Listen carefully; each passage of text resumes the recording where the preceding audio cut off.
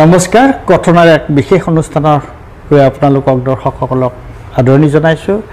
আৰু আজিৰ এই অনুষ্ঠানটোৰ অতিথি হৈছে মীৰা ঠাকুৰ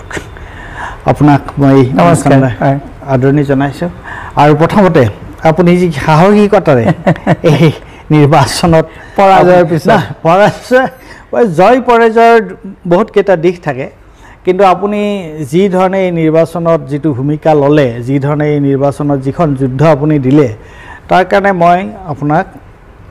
অভিনন্দন জনাইছোঁ আপুনি আজি গৈ যদি এমপি হ'লহেঁতেন তেতিয়াতো আৰু কথাই নাই কিন্তু এমপি হোৱাটো ডাঙৰ কথা হয় কিন্তু তাৰ উপৰিও যে এটা এই ধৰণৰ এখন যুদ্ধ দিয়া এনেকুৱা ধৰণৰ এটা সংগ্ৰাম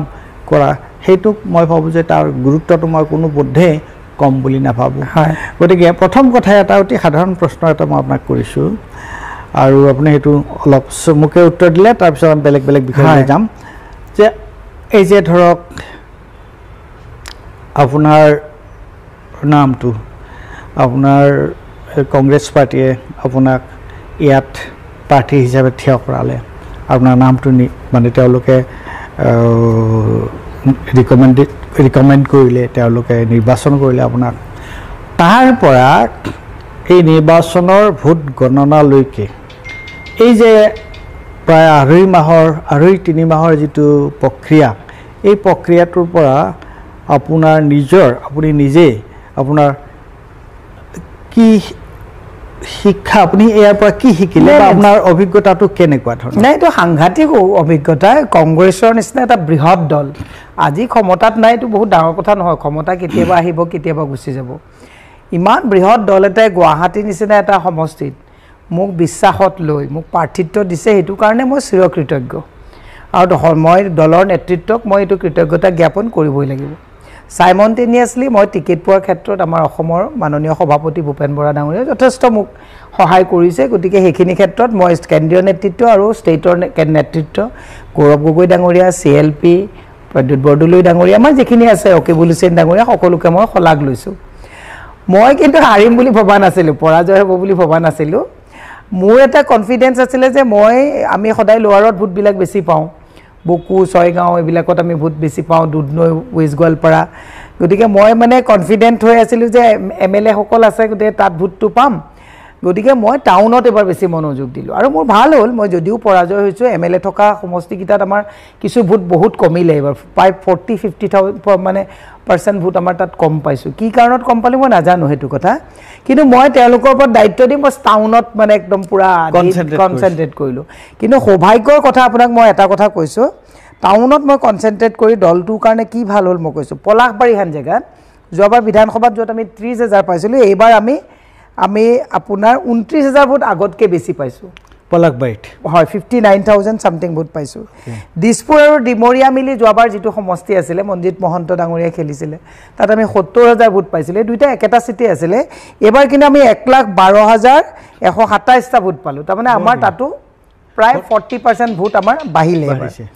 তাৰ নিউ গুৱাহাটীত আমাৰ যোৱাবাৰ আমি 28,000 ভোট পাইছিলোঁ 28 নে 29,000 ভোট পাইছিলোঁ এবাৰ তাতো 20,000 বাঢ়িলে ইয়াতো 49,000 সামথিং ভোট আমি পালোঁ জালুকবাৰীত আমি যোৱাবাৰ বিধানসভাত 27,000 ভোট পাইছিলোঁ এবাৰ তাতো 20,000 বাঢ়িলে তাতো আমি 47,401 ভোট পাইছোঁ তাৰমানে আমি ভোট বাঢ়িলে মই একচুৱেলি ইয়াতে এইকাৰণে মই হাৰাৰ পিছততো আৰু এতিয়া এইবিলাক ক্ৰেডিট ল'বৰ কথাটো নহয় কিন্তু আমাৰ দলটোৰ কাৰণে ভাল হ'ল যে টাউনৰ মানুহে কংগ্ৰেছক কিন্তু ভোট এবাৰ দিলে না আপুনি যে হাৰিলে ব্যৱধানটো ক'ত বেছি হ'ল ব্যৱধানটো মোৰ ধৰক বকুত ব্যৱধান বাঢ়ি গ'ল ধৰক আমাৰ পুৰণা চমুৰ ছয়গাঁও বকু দুধনৈ তাতে মোৰ বেছি ব্যৱধানটো কাৰণ টাউনততো মোৰ ব্যৱধান বহুত বাঢ়ি গ'ল টাউনত চবেই ভোট দিছে মানে গুৱাহাটীত কেনেকুৱা হৈছে গুৱাহাটীত নিউ গুৱাহাটী যিটো আমাৰ চেণ্ট্ৰেল গুৱাহাটী তাত বেংগলী ডমিনেটিং যিটো এৰিয়া আছে তাত বেংগলী হিন্দী এণ্ড গুৰ্খা তাত আমি ভোট বহুত কম পাইছোঁ বাকী যদি আপুনি চাই পৰ্যায়ক্ৰমে যদি আপুনি বাকী চাবলৈ যায় তেতিয়াহ'লে আমাৰ ভোট আপোনাৰ বাঢ়িছে টাউনত আমাৰ ভোট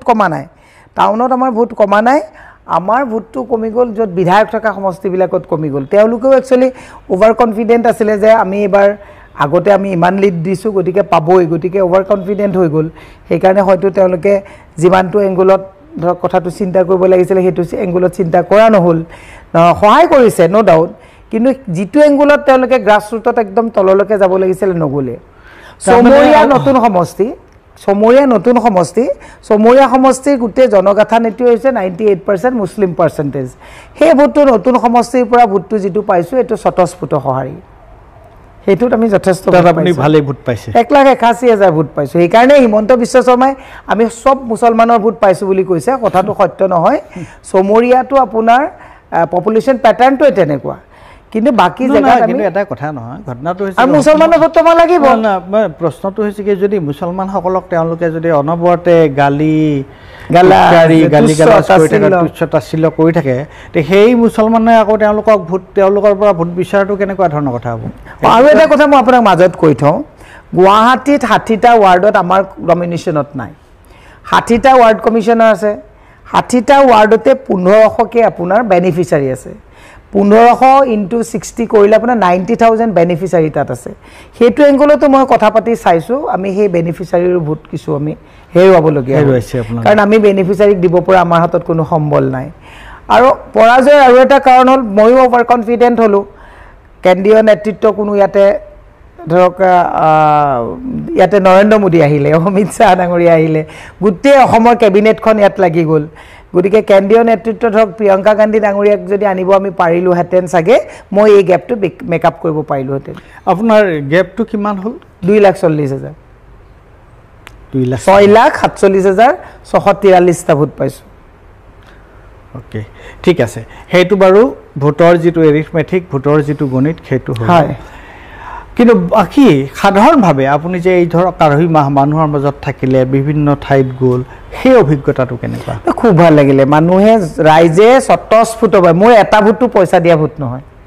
স্বতঃস্ফূৰ্ত সঁহাৰি আমাক যিখিনি মানুহে ভোট দিছে মানুহখিনিয়ে অসমক ভাল পোৱা অসমীয়াত্বক গৌৰৱৰে স্বীকৃতি দিয়া অসমীয়া ভাষাক ভাল পোৱা অসমৰ ভৱিষ্যতক লৈ চিন্তা কৰা মানুহবিলাকে আমাক ভোট দিছে গতিকে এইখিনি বিবেক ভোট মই যি ভোট পাইছোঁ এটাও ভোটৰ এগেইনষ্টত নট এ ছিংগল পেনি এটকাও খৰচ কৰা ভোট নহয় এইখিনি বিবেক ভোট পাইছোঁ মোৰ দুখ লাগিলে ছিংগাপুৰৰ পৰা দুজনমান মানুহে আহি তেওঁলোকে ভোট দিলে মোৰ এতিয়া মানে ধৰুৱা লাগিছে তেওঁলোকৰ ওচৰত তাৰপিছতে মিজোৰামৰ পৰা এটা পৰিয়ালে ফ্লাইটত আহি ভোট দিলেহি ডুবাইৰ পৰা দুজন মানুহ তেওঁলোকে আমাৰ ইয়াত থেকে ভোট দিবলৈ আহিলে তেওঁলোকৰ কাৰণে বেয়া লাগিছে যেন তেওঁলোকৰ কষ্টটো যেন মোৰ অথলে গ'ল কালি নয়ডাৰ পৰা এজন মোৰ মানে শুভাকাংক্ষীয়ে ফোন কৰিছে বাইদেউ মোৰ আমি পৰিয়ালটো গৈ আপোনাক ভোট দিছোঁ আপুনি হতাশ নহ'ব আমি কিন্তু ভাল জেগাতে ভোট দিছোঁ বুলি ফিল কৰিছোঁ কিন্তু মইহে অলপ মানে এইটো আপুনি চিন্তা কৰিব আফচোচ কৰিছোঁ যে তেওঁলোকে ইমান কষ্ট কৰি আহিলে ভোট দিলে মই ৰিজাল্ট দিব নোৱাৰিম নাই সেইটো আপুনি চিন্তা কৰিব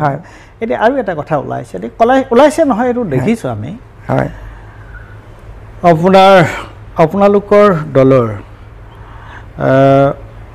3জন এতিয়ালৈকে জয়ী হৈছে এজন হৈছে গৌৰৱ গগৈ হয় বৰদলৈ ৰকিবুল হুছেইন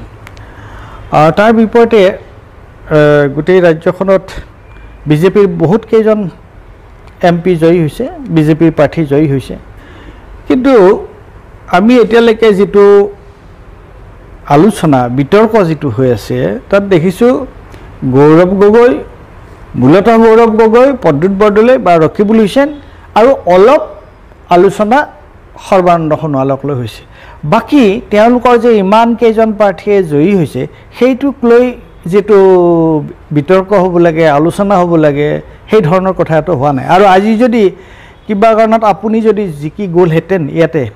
তেতিয়াহ'লেতো কথাটো আৰু বৰ বেলেগ ধৰণে হ'লহেঁতেন এই সন্দৰ্ভত আপোনাৰ প্ৰতিক্ৰিয়াটো চাওক কালি মই আমাৰ কাজিৰঙাত খুব সবলভাৱে সন্মুখৰ পৰা প্ৰত্যাহ্বান লৈছে